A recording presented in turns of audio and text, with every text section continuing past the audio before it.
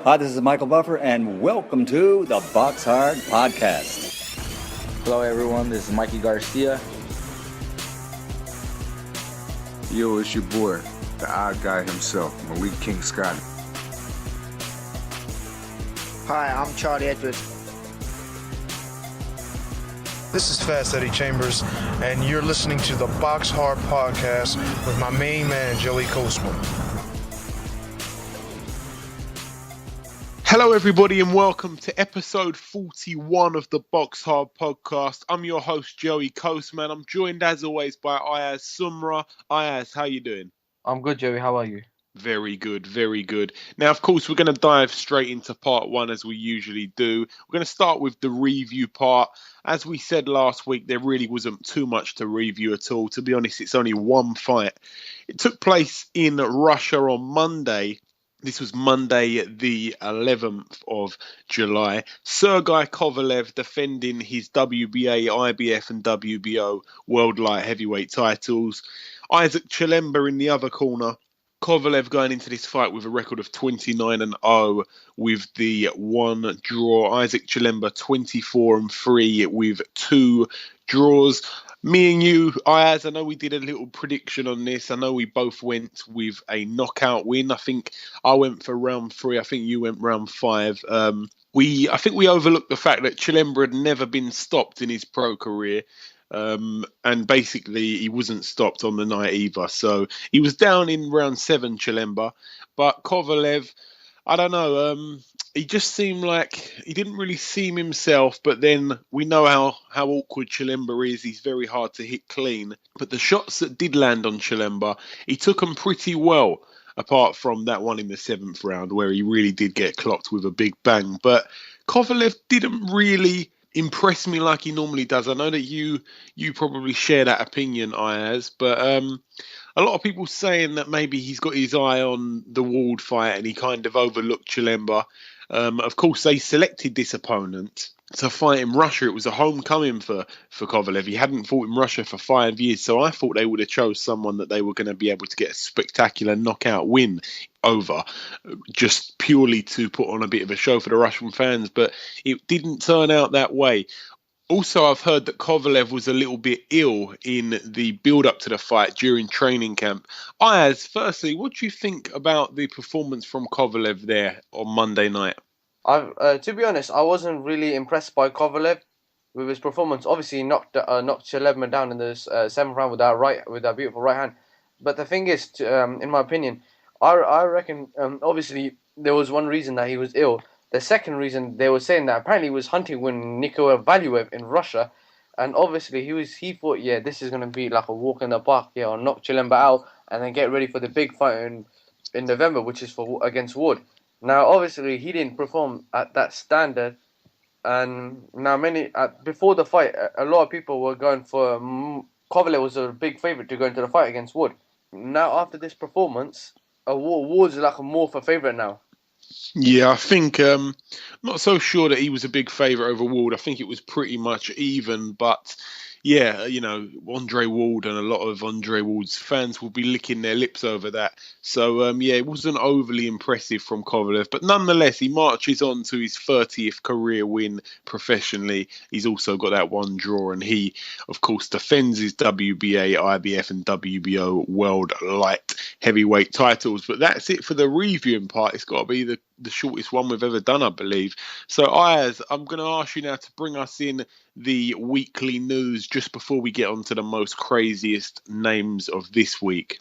Gennady Golovkin will be fighting Kell Brook on September 10th. Oh, Jesus. I know that this one's over in the O2 Arena. No one saw this coming, Ayaz. A lot of people, on WhatsApp, I'm actually in like a bit of a boxing debate group. We're all kind of talking about this fight. There's about 15, 16 of us in there. We're all debating about it. And I tell you what, a lot of people are kind of shocked how this fight just came up. But I'm reminding people that, do you remember before there was, apparently, according to Eddie Hearn, there was a few phone calls between Eddie Hearn and Tom Loeffler, the guy who represents Triple G. So this was before when the Khan Canelo fight was just announced. I remember that Kell Brook said, "Oh, go and get me Brook. Go and get me Golovkin." a lot of people weren't too sure if it was genuine, but they had some sort of talks, and it seems like they may have picked up where they left off.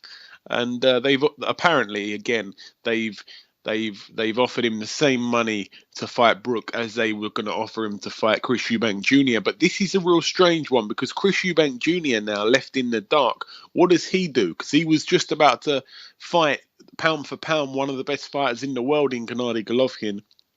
Now he's left with his British title. Is he now going to fight someone British level? Because I really don't want to see that. It's going to be very disappointing, to be honest, to see him fight anyone, unless it's Billy Joe Saunders in a rematch or probably Danny Jacobs. I can't see him taking either of those fights, to be honest, especially now that he's with Eddie Hearn promotionally. So I can't see him doing a deal with Frank Warren to fight Billy Joe Saunders in the next few fights or anything. But what do you think is next for Chris Eubank Jr., Ayaz? Do you reckon he's going to drop back down to British level yet again? I was reading an interview on Glenn McCurry, I think it was, yeah. And he said, Martin Murray lost to George Groves in his last fight. And he thinks that Martin Murray should stick to boxing and move back down to middleweight. And if Chris Eubank Jr.'s fight don't happen with Golovkin, which he previously said that a couple of weeks ago, that Chris Eubank Jr. and Martin Murray would be a good British level fight. It'd be a good fight, that I think so, yeah. But the only thing is, he has just had a fight with George Groves, and of course, he's going to take him a while to get back in shape and also get back down. So I don't think he'll be available for Chris Eubank Jr.'s next fight or anything like that. But I really, to be totally honest, even though that is a good fight between Martin Murray and Chris Eubank Jr., both guys are definitely higher up than British level for sure. So, there's not too much money in that fight at British level, but we'll wait and see what happens anyway. But the only thing I can say at the moment is, again, I'm very speechless with this fight, Kell Brook against Golovkin. Me personally, I think that it's going to be, in terms of size, both guys are not going to be there's not going to be as much of a margin as people think in this fight. I really think that both guys are not going to be too far away from each other in terms of, the weight and stuff like that. I really don't think it's going to be like Amir Khan and Canelo. Amir Khan was in that fight at, they say, around 155, 156. And Canelo, they're saying, was in there at about 180, 190. So, I think there's not going to be that weight issue here, but let's have it right. A lot of people say that Brook has a puncher's chance in this fight. Well, Kell Brook, who I'm a huge, huge fan of, and I know that you are as well, Ayaz, he's not the biggest of punchers at 147. Let's be honest. I know a lot of people say, oh, he's a big puncher at 147, but he's not, is he? He doesn't knock out everyone he faces. All right, he's knocked out Jojo Dan and Gavin and Bizier as well, fair enough. But he's not actually a huge knockout artist, is he? He's knocked a fair few out. But if he goes up 2 weight classes, how is he going to hang with Golovkin? Golovkin has fought a good few punchers at middleweight, most notably probably David Lemieux. He can crack, he can knock people out. He didn't trouble Golovkin whatsoever. So someone coming up from welterweight in Kell Brook, I really don't think he's going to be able to trouble Golovkin with his power. Technically, he's of course a very sound boxer, Brook. His all-round game is really good. Maybe even a little bit better than Golovkin's. I think Brook's defense and the way he keeps himself compact and tight is better than Golovkin. But Golovkin, he's got such a dominating offense that I just think he'll bust through anything Brook gives him. And he's just crazy, isn't he? Golovkin's got the punch variety. He's just got everything. He's got the power. He can hit you anywhere and knock you out. And he will hit you in weird places. That punch that, can't remember who he landed on now. I think it was the Argentinian guy. And, that one that he threw like an overhand hook in the top of the guy's head and knocked him down. He's just a complete animal, Golovkin. So it is going to be a good fight. But do you give Brook any chance in this fight, Ayaz? I'll tell you one thing, yeah. Brook is a good technical boxer. So if he's all he has to do is just jab and move. He has to jab and move around the ring, yeah. Box and move him, because with Golovkin, he's got so much power. So if Golovkin catches Brook, Brook's all over.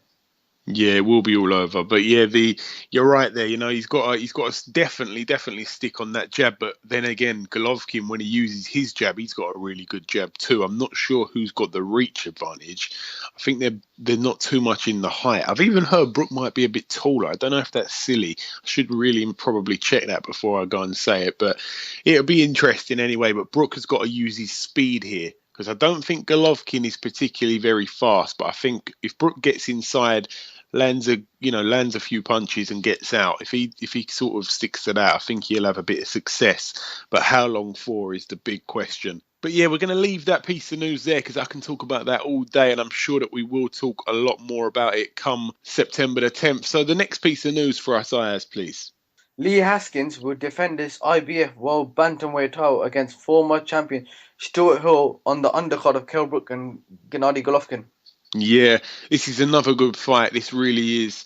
Of course, Lee Haskins, the IBF champ, and Stewie Hall, they both had a fight before, and Lee Haskins won that fight. And it'll be interesting to see what happens here. Of course, in that time, Stuart Hall went on to win a world title before Lee Haskins. It was quite strange. We had Lee Haskins on the show just before his last defense of his title, and his first defense of his title, actually. So yeah, no, it was. That's going to be a good fight, that fight, and Stuart Hall's really going to throw everything at it. But I think that Lee Haskins, if he sticks to his job, he can probably be victorious on the night. Any more news for us, Ayaz? Charlie Edwards will challenge John Rio Casimiro for the IBF World Flyweight title on that same night. Yes, another good fight for the undercard. My good mate Charlie Edwards gets a world title shot. You know what? He kept it under wraps. I woke up on Monday and that was it. I woke up out of bed. I had an email, looked on my emails, bang. I couldn't believe it. I thought I was still dreaming. And, straight away I sent him a message and, he's over the moon for this fight. And we'll get him on the show next week. He's actually fighting this weekend. We'll talk about his fight in the preview part of the show, but he's actually fighting this weekend on Sky Sports. So everybody watch that, because it's his last fight before his world title challenge. Of course, his opponent, the champion. It's not like it's a vacant title or anything like that. And his opponent also pulled a big upset last fight. So it's going to be a good fight for Charlie Edwards. And of course, Charlie Edwards, this is going to be his 9th professional fight. So from what I've heard, it's actually, if he wins this fight, he'll be the second quickest Brit. Out of all the British people that have won world titles, he's going to do it the second quickest with 9 fights. I'm not sure who done it before that. I think it might have been someone maybe got it in 7 fights, but it's amazing for him. And as a friend of mine, I'm absolutely over the moon for him. Any more news for us, Ayaz? Dillian White will face heavyweight David Allen on July 30th. Yeah, that's a really good card. Dave Allen, actually, I think he made points that he wasn't going to take that fight because he didn't have enough time, but then he's gone and took it. So I don't know if the money's got to his head or something. I really, really hope I'm wrong there. But it's going to be, it's a good fight for him anyway. And it'd be amazing if he comes and puts in a good performance and even perhaps beats Dillian White. Dillian White looked like he was in a lot better shape last fight. But as I said, it was a bit of a bore fest. So Dillian White now, he's fought a couple times now. Like it's going to be, within the space of about 35 days, he's going to have had 2 fights. So will that take its toll on the fight night? We'll have to wait and see. But all the best to both guys there. Is there any more news, Ayaz? Nope, that's it. Okay, that's it. Now it brings us to that other segment in this show that we've adopted recently where we talk about the most strangest names. So last week, the most strangest name was a guy called Aram Amirkhanian. Now, we said about this because his name actually says Amir Khan in his last name. And he was going into his fight against Alexei Kulikov, who had a record of 3 wins, 7 losses and 2 draws. It was a super welterweight bout over 8 rounds. I'm pleased to say that Amirkhanian won the fight unanimously after 8 rounds, and he cruises to 5-0. As I said, he's actually supposed to be a good fighter, so it'd be interesting if Amirkhanian actually ends up a big name in the future, because you can tell everybody where you heard his name, because I know that no one heard his name. Well, no one heard his full name. They only heard the Amir Khan bit. before the BoxHard Podcast talked about it. And also the fighter from this week to look out for, and we're going to be talking about their fights. There's a lot of crazy names. I've got to say so, Ayaz, to be honest. There is a lot of crazy names that I stumbled across this week. The first one I'm going to give to you, because I'm going to read them all out, Ayaz, and whatever one you pick, that's going to be the craziest name. So there's a guy fighting over in Japan. His name is Spice Matsushita. Okay, there's another guy fighting in Argentina. His name is German Argentino Benitez. Okay, he's 16-0. And the other one, Ayaz, especially if you're a big football fan or even more importantly, a big Manchester United fan, there's actually a fighter called Matteo Darmian, who, of course, is a defender, an Italian defender that plays for Man United. So his name is Matteo Darmian Veron. So people that know their football will remember another Manchester United player called Juan Sebastian Veron, an Argentinian player. So he's actually got two Manchester United names in his name there. So, Ayaz, I'm going to leave it down to you. Are you going with Matteo Darmian Veron, the guy who basically is two guys who used to play for Manchester United? Are you going with German Argentino Benitez, or are you going with Spice Matsushita? What's his name? The Juan Sebastian. Yeah, no, his name is Matteo Darmian Veron. Okay, yeah, I'm going to go for that guy. Okay, you're going to go for that guy. Now, that guy probably has the most horrific record out the lot, which makes it even funnier. And his record is 24 wins. He's got a winning record, 24 wins with 7 knockouts and 17 losses with 3 draws. That's quite incredible, to be honest. And he's fighting this weekend against Stefan Hartel. Stefan Hartel, 10-0. So he's a bit of a German prospect, and that's happening at the Max Schmeling Hall over in Berlin. And that's actually the same card that Charlie Edwards will be fighting on this week, as I just mentioned before. But again, we're going to preview that card in the preview side of the show. So, Ayaz, you've done the news. I've done the funny name segment. We've done the reviewing. I think it's now time to welcome our first guest. And of course, our first guest on this week's show is fighting on the weekend in a big fight. It's a bit of a grudge match. Ladies and gentlemen, please welcome Mr. Gary Corcoran. Gary, welcome to the show. I'm very good, Matt. How you doing? Yeah, no, very good, very good. Okay, first things first, Gary. You're only a few days out now from undoubtedly the toughest fight of your career thus far. How are you feeling this close to the fight, and what will you be getting up to in the few remaining days before fight night? I'll be just chilling out, just more relaxing, because I had a hard 8-week camp. And just mostly just relaxing the last week, just chilling out, watching my weight, and just make sure I'm nice and relaxed for the fight. And how are you feeling now? Of course, we're only a few days away now. How do you feel, from the inside sort of thing? I feel brilliant. I'm ready to go. If it was today, I'll fight him today, to be honest. But, I'm feeling brilliant, ready to go. Can't wait for it. Brilliant stuff. Now, a lot of people that I've spoke to about this fight, a lot of people give Liam Williams the favourite sort of thing, the favourite spot. Do you feel that you're being overlooked in this fight at all, Gary?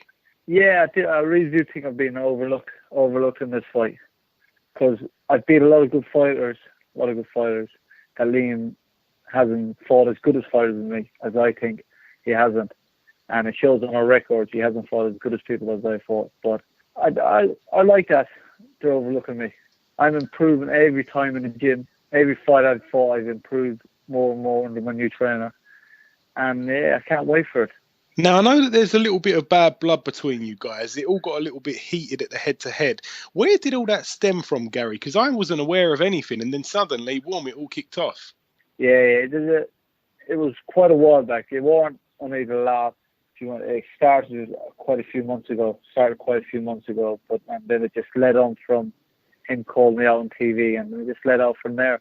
So do you see this yourself? Do you see this as a bit of a grudge match? And if so, does it spur you on a little bit more than usual because of that factor? Yeah, it does. Yeah, it is a grudge match, and it spurs me on more to even beat him up. And Yeah, it's going to make me. It's going to bring the best out of me. Definitely, 100% of it.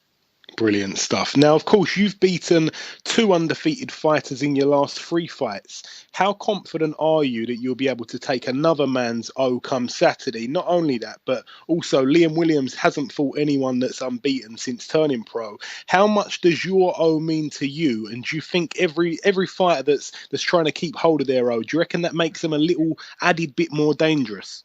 I know I've asked you about 4 questions in one there. Yeah, of course, yeah, it does, yeah, 100% it makes it equal, because I don't want my old go hurt this one with time anyway, you know what I mean? I don't want to lose them all, so I don't want to lose to Liam anyway, so yeah, it makes me fight harder for it. I want to fight if whoever wants to try to take my O, it's going to have to fight for it to make me lose it. Yeah, of course.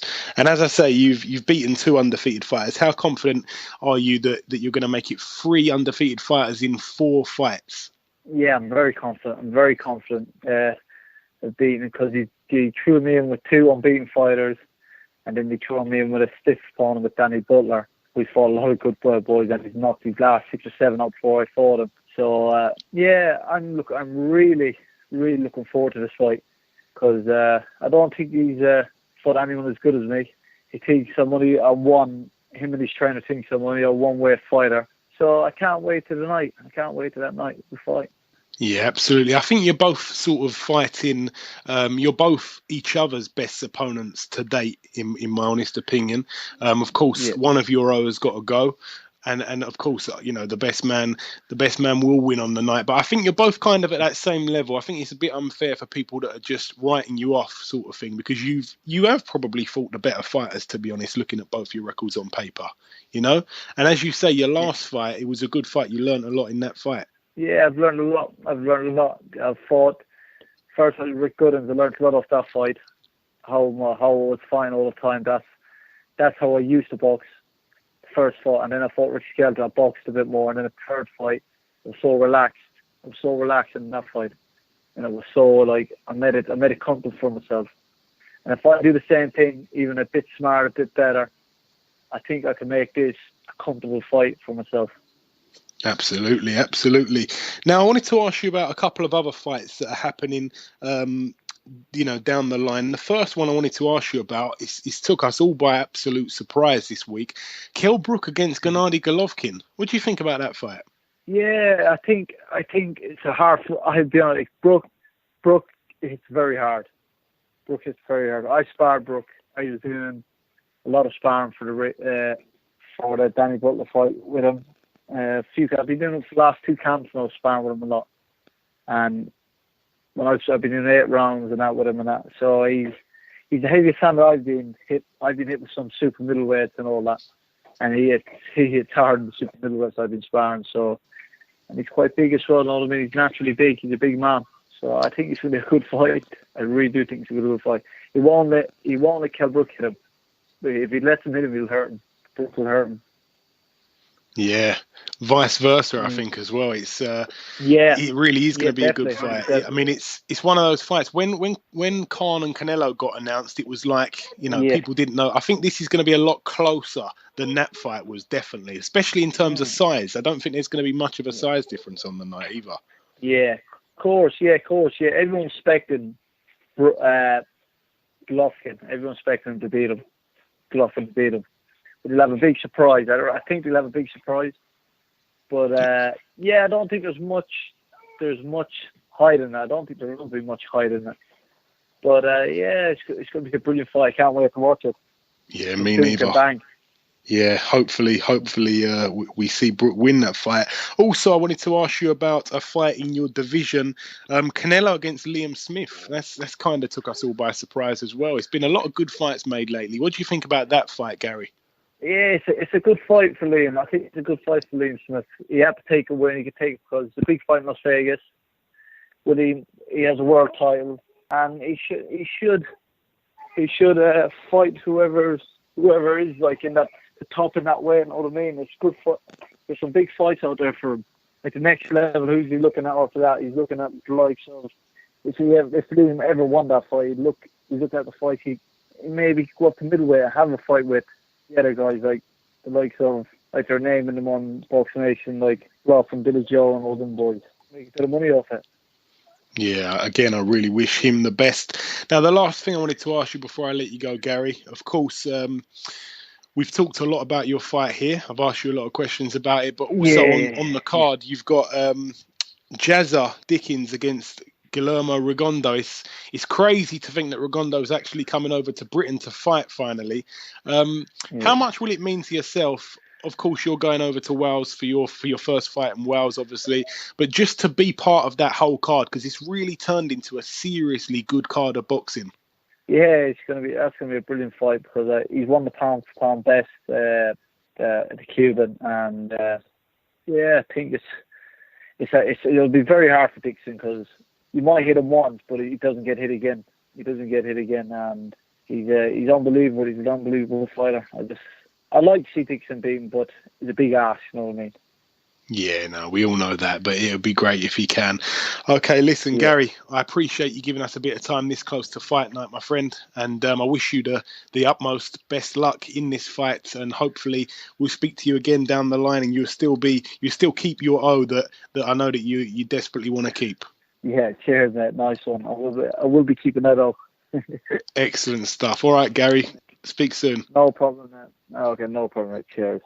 Okay, now it's time for part 2 on this week's show, the preview part. There's quite a bit to preview, and it feels good again because there's been not much on the last couple of weeks, and we've just had to whiz through it. Well, we've done a lot of talking, to be honest, but now we're going to be talking boxing. So we're going to start over in Germany at the Max Schmeling Hall over in Berlin. Tyrone Zeuge is challenging for the WBA World Super Middleweight title. Tyrone Zeuge, 18-0. He faces the champion Giovanni De Carolis. Now, this is, he's viewed as one of the, probably the weakest champion at super middleweight. So Giovanni De Carolis, 24-6. Tyrone Zeuge, 18-0. Tyrone Zeuge is the favourite to win this fight. So it may be the end of Giovanni De Carolis's very small reign of champion, but all the best to him. Also on that bill, Arthur Abraham. It's good to see him back in action for what's going to be his 50th professional fight. He faces Tim Robin Lu Hyag. Now, Lu Hyag, 15-1. Arthur Abraham, 44-5. This is for the vacant WBO International Super Middleweight title. Arthur Abraham, we know he's obviously over the hill. He's past his best, but he's still a good fighter, and he will beat a lot of those contenders. He really will. So Arthur Abraham, of course, he lost his title to Gilberto Ramirez, who we know is probably the best at super middle at the moment. So I want to see him get back in the picture, Arthur Abraham. I think he's definitely good enough to beat some of the other champions. And I'm excited to see him back in the ring, to be totally honest. It's quite a decent little card over there in Germany. And this one, I'm not sure how much of it's going to be shown on Sky Sports, but I hope they show a little bit of it. This card, of course, will be on Sky Sports on Saturday night. Also on that bill, we mentioned it in part 1, the crazy name fight. Stefan Hartel, 10-0, faces Matteo Damian Veron, 24-17-3. I'm not sure how many rounds it's scheduled for. It doesn't say, but we're going to definitely let you know of the result next week. And also on this card, my good friend Charlie Edwards, 7-0 at the moment. His opponent yet to be announced, but he's going to win this fight. And he's going to be 8-0, and then he's going to be going into his 9th fight, which will be for the IBF World Flyweight title. So all the best to Charlie on the weekend. And we're going to have him on the show next week for sure. Also on the bill, Anthony Ogogo on this one as well. Of course, he's got that little affiliation, or a big affiliation. I'm not really sure what's going on with the promotional side of Anthony Ogogo's career. I think he's with the Sauerland still. So I think this is a Sauerland show. So his record at the moment, Anthony Ogogo, 10-0. His opponent yet to be announced. That's it for Germany. We're now going to go over to a card that Frank Warren is having in India. Top of the bill, Vijender Singh, 6-0. He faces Kerry Hope.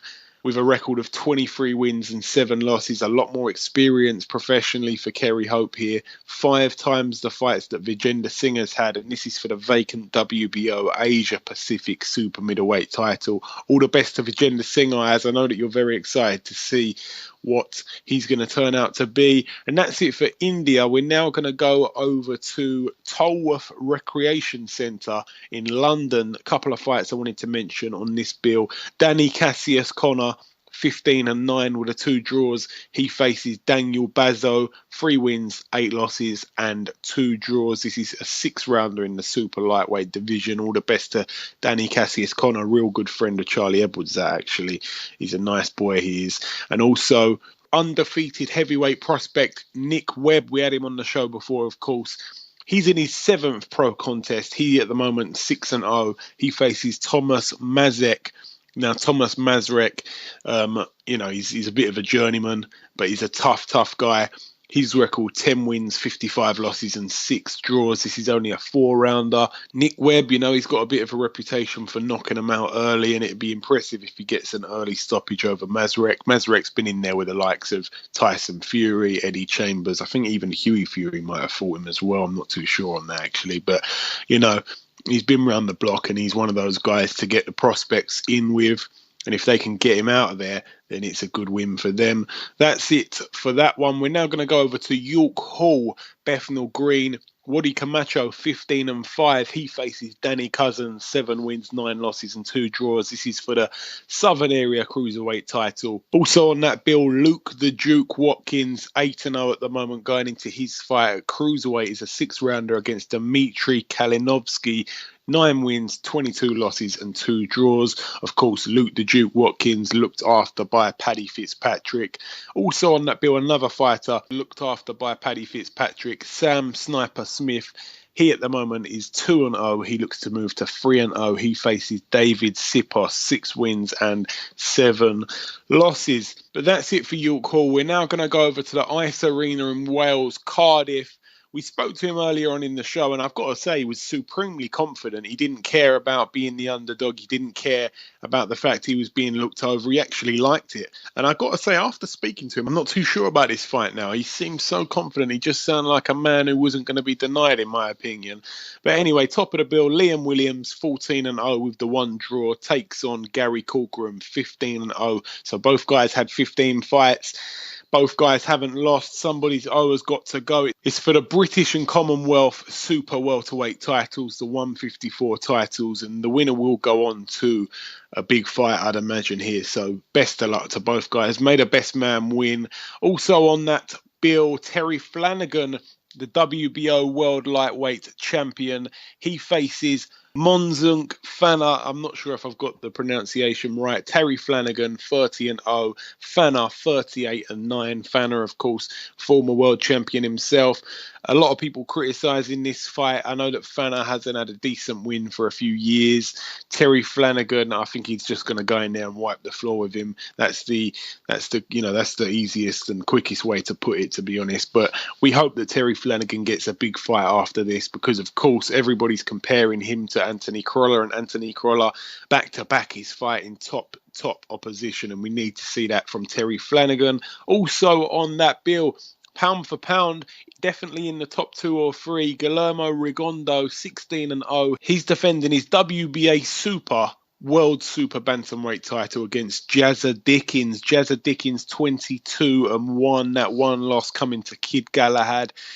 It's a huge fight, isn't it? It's brilliant that the main thing is it's brilliant to see Rigondeaux showcase his skills over in Britain. It really, really is. There were problems with his visa and he couldn't fight before when he was scheduled to fight. But this fight is definitely taking place. He's arrived here already, and he was at the open workout, I believe, earlier on in the week. And, he looks like he's in good form here. But Jazza Dickens, he really believes in himself, and so he should. We've had him on the show before, real nice guy. And it would be amazing if somehow he won this fight. But it's a huge ask. It may even be one of the biggest wins in a British ring, to be honest, if he was to be able to pull that one off. Also on the bill, Tommy Langford, 16-0. He faces Ronnie Gable, 21-5-1 for the WBO Intercontinental Middleweight title. Also on the bill, another good friend of mine, Bradley Skeet, 23-1. He's one loss coming to Frankie Gavin.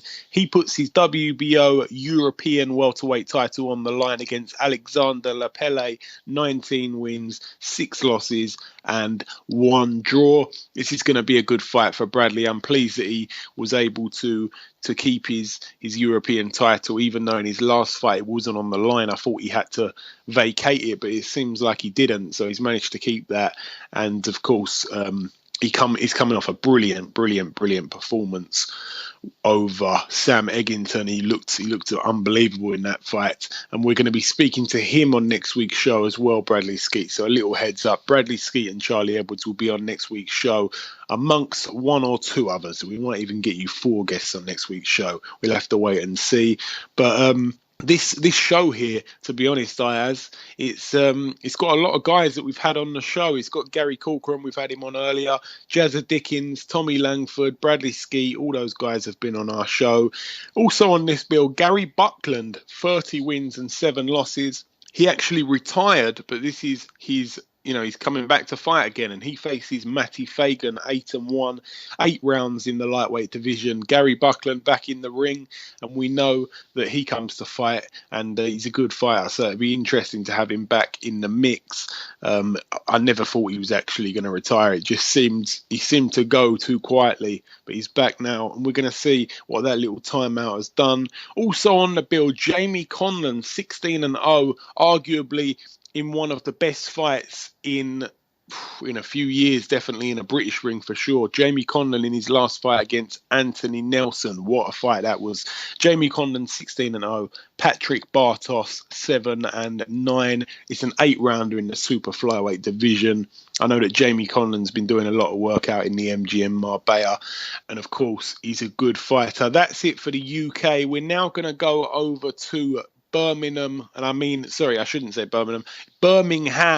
over in Alabama, USA. Top of the bill, Deontay Wilder, 36-0, puts his WBC World Heavyweight title on the line against Chris Arreola, 36-4 with the 1 draw. Ayaz, talk to me about this fight. I reckon Deontay Wilder's going to knock him out. That's all I'm saying about that fight. Yeah, you know what? I ain't really got too much more to add to that. I think you've hit the nail on the head there. Deontay Wilder, he's in the prime of his life, really. His last few performances have been pretty good, apart from that one against Spilker, where I think Spilker actually exposed him a little bit until he got knocked out. I think he was winning that fight, or it was definitely pretty close. Chris Arreola, well over the hill.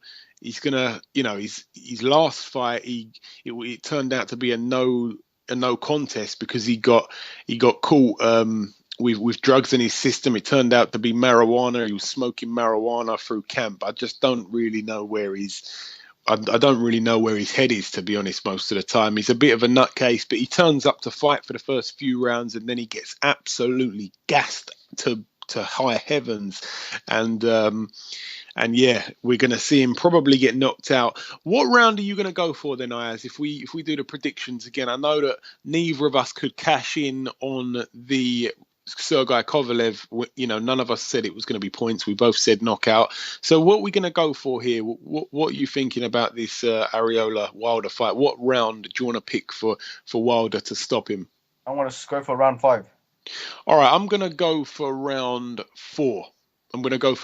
So if it's under 4 rounds, I've got it. If it's 5 rounds or over, then you've got it. And we'll definitely have a little look on that one. I think that Deontay Wilder stops him pretty easily. And I tell you what, if Chris Arreola comes and gives him a good fight, it really does give us some question marks for Deontay Wilder. But I don't think he'll be overlooking him. Also on that bill, really exciting welterweight prospect, Sammy Vasquez, 21-0 in a 10-rounder at welterweight, of course, against Felix Diaz, 17-1. This is actually going to be a real good fight. I think it's the best fight, the most evenly matched fight on the entire card. So I'm looking forward to that one. Also on that bill, Vic Darchinyan, 42-8 with the 1 draw. He faces Enrique Quevedo, 16 wins, 7 losses and 1 draw. It's a 10-rounder at super bantamweight. So it's got a few good fights on this bill, to be totally honest. You know, Vic Darcinian, good fighter. Also on that bill, and we're going to be speaking to him in a couple of moments, so I'm not going to talk too much about his fight. Gerald Washington, 17-0 with the 1 draw. He faces Ray Austin. Ray Austin, 29 wins, 7 losses and 4 draws. Ray Austin, age 45 now. He's still mixing it. To be honest, he hasn't had a good win in quite a while. I think it was 9 years ago now that he fought for the world titles against Vladimir Klitschko and lost that fight, of course. So he's in there against Gerald Washington, an upcoming and exciting prospect who just recently in his last fight got a win over my good friend Eddie Chambers. So it's going to be interesting, that fight, but I think Gerald Washington will probably knock him out. And Gerald Washington, as I say, a real nice gentleman himself. I really do wish him the absolute best. Real nice guy. But like I say, we'll be talking to him in about 2 minutes' time. So we're going to leave it up to him. Okay, that's it for Birmingham. We're now going to go over to California. Just one fight I want to mention over there. It's the last fight to mention of this part of the show. Andy Ruiz Jr., 27-0. He's in a 10-rounder at heavyweight against Josh Gormley, 22-4. Andy Ruiz Jr., man, he's going to probably win this fight and he's going to move to 28-0. And we just haven't seen him in there with anyone. Everybody, and I tell you who as well. You know, there's a lot of people that know a shed load about boxing that you wouldn't even believe it. And it was Isaac Chamberlain. I was talking to Isaac Chamberlain. He was saying, do you know what? Andy Ruiz Jr. is such a good boxer. You know, Andy Ruiz Jr., they barely show him on TV. How does Isaac Chamberlain know about it? Isaac Chamberlain, believe me, he studies the game. He knows his stuff, and he believes in Andy Ruiz Jr. Now, I just want to see him in there in a big fight. If Isaac is right, then, you know, he should beat some of these top guys, and it just seems like he's going to end up being 30-0 by the end of the year, and he just hasn't fought anyone. There's really, you know, he's really got to take a note out of someone like Joshua's book here and fight someone notable at least. Joshua picked up the world title in his 16th bout, and we really need to see something here from Andy Ruiz Jr. You know, I'm crying out for a step up here, and I can't wait because I really want to see if he really is what a lot of people think he is. But that's really it for the previewing on this week's show. There's one last thing to do before we end part 2 and finish the show, and it's, of course, to welcome our second guest. Okay, now it's time for our second guest on this week's show. Ladies and gentlemen, please welcome the undefeated heavyweight prospect, Mr. Gerald Washington. Gerald, welcome back to the show. It's a pleasure to have you back on. Very much. Thank you for having me. No problem. Always my pleasure. Now, of course, you're fighting on Saturday, but before we get on to that, I just wanted to talk about the last time that you were out against Eddie Chambers. He was no doubt your toughest test on paper going into the fight. I stayed up to watch it. Did you learn anything valuable in that fight, Gerald? Oh, definitely. I learned that I can, that I can let my hands go, and and I can. I was able to get my punch count up, and now, I was able to experiment. Now I'm able to experiment with mixing in a little more power. But it was a different type of fight compared to my previous fight before with Amir Mansour. I had Amir Mansour coming at me head first, and Eddie Chambers was real tactical behind his guard. He didn't open up too much. I saw that if I stayed busy, he'd stay in there, and that was my game plan the whole time. Just stay busy, keep him at the end of my jab, and just win on points, because he's not an easy guy to knock out because he doesn't really open up. Yeah, absolutely. Now, of course, you're fighting on Saturday against former world heavyweight title challenger Ray Austin. This will be your second world title challenger in a row now. What are you expecting from Ray Austin come Saturday night, Gerald? Oh, he's just a big boy, big guy, 6'6", 260-something pounds. I like fighting the big, tall guys, so it's going to be a good test for me to finally get in there with somebody that's big and strong, and just for me to be able to show my athleticism and show everything that I've learned to this point. Every time I step in the ring, it's been a great experience for me, a great learning process, and I'm able to add a little more to my game every time. So I'm just looking forward to see what I'll be able to learn from this guy and be able to take it to my next fight, which will hopefully be a title shot sometime soon. Yeah, I hope so. It's another good name for your record. Now, of course, you're fighting on the undercard of Wilder versus Areola. How do you see that fight playing out, Gerald? Because in my personal opinion, I'm not too impressed with this fight. I don't think that Areola's really good enough to mix it with Wilder. But what do you think about it? Of course, you're on that whole card. Yeah, a lot of people are Areola fans just because he brings his whole heart. He he fights very hard. He'll fight to the end, and he'll lay it all on the line. And but yeah, he's gonna have a hard time getting in on Wilder. He's not, he's gonna be eating a lot of leather, taking a lot of punches, and it's just gonna be very difficult for him. Somebody that in order to beat Wilder, you got to be, about the same size, have that athleticism to go with it. Have a good game plan. He can handle the pressure pretty good. That's why I think he was going to be able to beat Povetkin pretty easily. He was able to beat Stavern like that and all the pressure fighters because he knows how to keep his range and he knows how to let his hands go. Yeah, one thing that he's guaranteed is Areola always comes to give it a go for the first 1, 2, 3 rounds. Definitely, he goes into the fight swinging, and if Deontay Wilder can be smart and keep it long in those early rounds, especially, he's got to use his ring smarts to stay away from Areola. And a lot of people, of course, they criticise Wilder for his ring smarts, so it'll be interesting to see how it plays out. But of course, since we last spoke, Gerald, we spoke to you 20 weeks ago this week. We spoke to you on show number 21. This is show number 41. Since we last spoke, Anthony Joshua defeated the undefeated American Charles Martin and took his IBF world title. He also beat Dominic Brazil. I know that you count both of those guys as friends of yourself.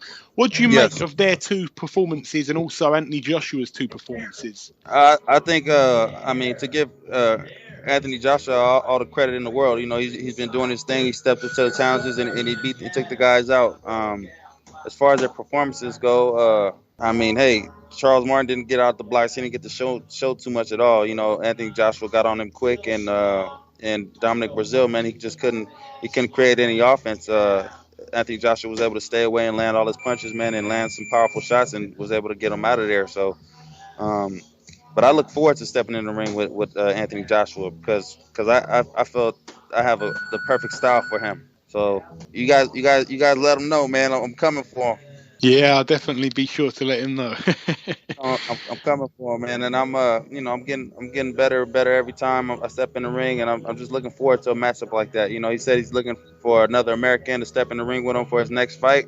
Why not me? Yeah, absolutely. You are getting better every fight. Now, a fight that's happened this week, I'm not sure if you pay too much attention to some of the lower weight divisions, but a fight that's definitely shocked everyone over this side of the water is Golovkin against Kell Brook.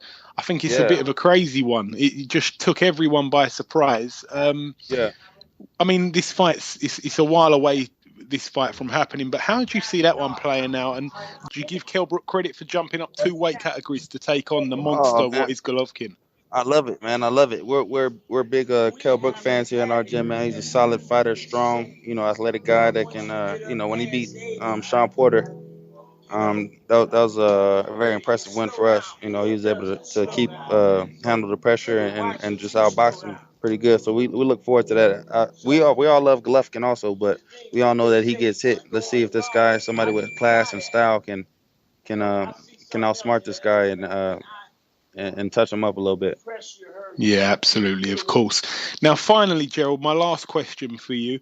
I asked you earlier what you expect from Ray Austin come Saturday night. I just wanted to ask you what should we expect from yourself on Saturday night? I guess I just discovered how big and strong I was. I've been boxing off my back leg, and I've been hearing complaint after complaint. People always talking about, this guy's so big and strong. He looks like Hercules. Why is he boxing on his back leg? Why is he not taking any chances? I hear all this stuff, but people don't give me any credit for only having 14 amateur fights and stepping in the ring with these top competitors around the world. I'm like, I'm learning on the job, and people don't seem to understand that. They expect me to be Lennox Lewis already, and I'm, but I just take it as it is. I just take it and work hard, and I'm getting better, and I'm ready. But I know I built my style on the defensive platform, so I'm a very defensive fighter. But now I'm starting to add my offense. Now I'm starting to be a little more aggressive. Now I'm starting to take chances. I'm letting my hands go. I'm committing a little more, and it's I'm seeing the difference in the gym, and I just look forward to doing that in the fight. Now, of course, we saw you out on the 30th of April. We're seeing you out now on the 16th of July. How many more times do you reckon you'll fight this year, ideally, for yourself, Gerald? I don't know. I like staying busy. I like to fight every 2 to 3 months if possible. I had a couple long layoffs in between, but those were good layoffs for me. After the Mir Mansour fight, I had to fight one right there. It was right there in my hands. It was just a matter of me drawing the line in the dirt and just taking charge of the fight. I didn't do that, but I had to experience that because I never saw that before. I didn't see that in my training. I didn't see that in sparring before. I needed a man like that in front of me that was willing to do that and to push me like that. And I'm grateful for that lesson that I learned from him. So now I'm able to add that to my thing, and I won't let anybody else ever do that to me ever again. And it's just I like staying busy. I like staying busy. We're on the path to be world champions. And just trying to put ourselves in position. Yeah, now that fight that you just mentioned there, actually, the Amir Mansour fight, of course, he came there on the night to fight, but that's a fight that, in my personal opinion, I thought you should have won. I know it went down as a draw, but I think it was definitely one that you should have won, to be totally honest, on the night. Yeah, definitely. I feel that if you look at the fight, if you actually sit there and look at the fight, you could count the punches that he landed on me. It wasn't. I don't know if he hit me in the face. He didn't land any punches of significance in the head, any head shots. He landed a couple of body shots. He landed that low blow, which really did it changed the pace of the fight. Because I was in total control at that point. I was getting ready to take over, and he hit me with the low blow right as I heard him with the uppercut, and I knocked him back. And it was just like that's all stuff that I have to take in I have to take in and process. But I'm ready for another. I was ready. I was so ready for the rematch. I was like, oh, I can't wait. My mouth. I had the taste for it in my mouth, and I was ready to rock. I was gonna show everybody that the changes that I made, and what better guy than the guy that I've already been in the ring with that people are criticizing me about. I want to show them the differences that I made.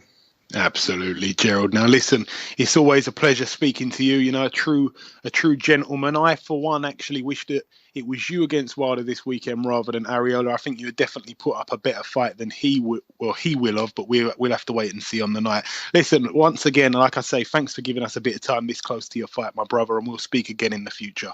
Thank you very much. I'll talk to you guys soon. Please, I'm a big fan of Anthony Joshua, and I just you just let him know, man. Let him know for me, man, that I can't wait to do that, man. And he has more power than I have as far as calling the shots right now. So if you guys could make that happen for me, man, I'd appreciate it. Excellent. I'll pass on the message. All right, thank you. Bye. Okay, now it's time to conclude episode 41 of the BoxHard Podcast. I'd like to thank the two guests that come on this week's show. Big Gerald Washington, real nice gentleman. And we've got to pass on his message to Anthony Joshua. We have to. He reminded us about 5 times during the call. And also a big thank you to Gary Corcoran, and the best of luck for Saturday night to both guys, to be honest. I'd like to thank Ayaz Sumra, of course, always on this week's show. Every single week he's on the show and he gives us the best news in the boxing world. I'd like to thank the listeners for making this show exactly what it is. We'll be back next week with another big show. As always, I've already said about the two guests that's coming on, Charlie Edwards and Bradley Skeet. Hopefully we get another one or two. We'll throw them in the mix as well. So from myself and Ayaz, take good care, and we'll see you next week.